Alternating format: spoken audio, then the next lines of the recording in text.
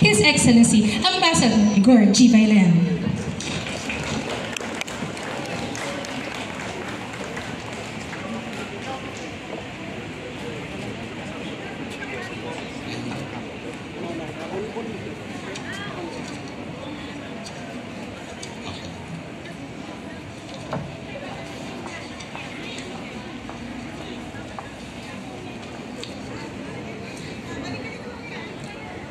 Здравствуйте, maraming salamat sa inyong pagdalo at magandang umaga.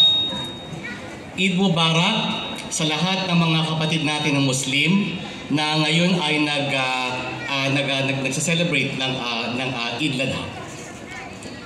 Sa napakagandang wikang Pilipino po natin ang malaking bahagi ng aking munting talumpati. Sa mga mahal na kababayan, may mga kasamang Ruso, ibang lahi, babagalan ko ang aking pananalita at nakikiusap akong isalin ninyo sa salitang Ruso o Ingles ang aking mga salita. Batid kong magagampanan ninyo itong aking hiling. Maraming salamat sa inyong pag-unawa. Ang ika-12 ng Hunyo, ang araw na ito ay araw ng pasasalamat. Una, nagpapasalamat tayong lahat sa poong may kapal dahil tayo ay may isang malayang bansa, ang mahal na Pilipinas.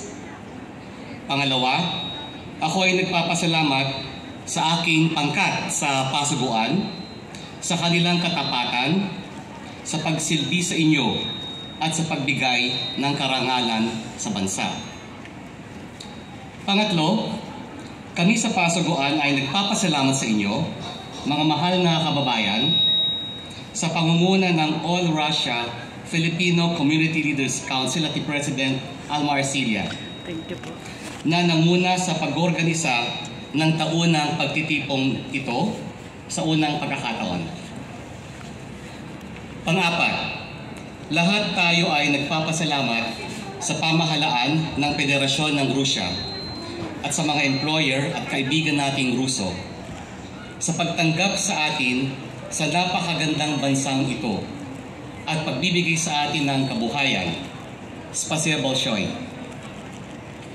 Naaalala natin na sa Maynila na itatag ang kauna-unahang konsulado ng Rusya sa Timog Silangang Asya noong 1817.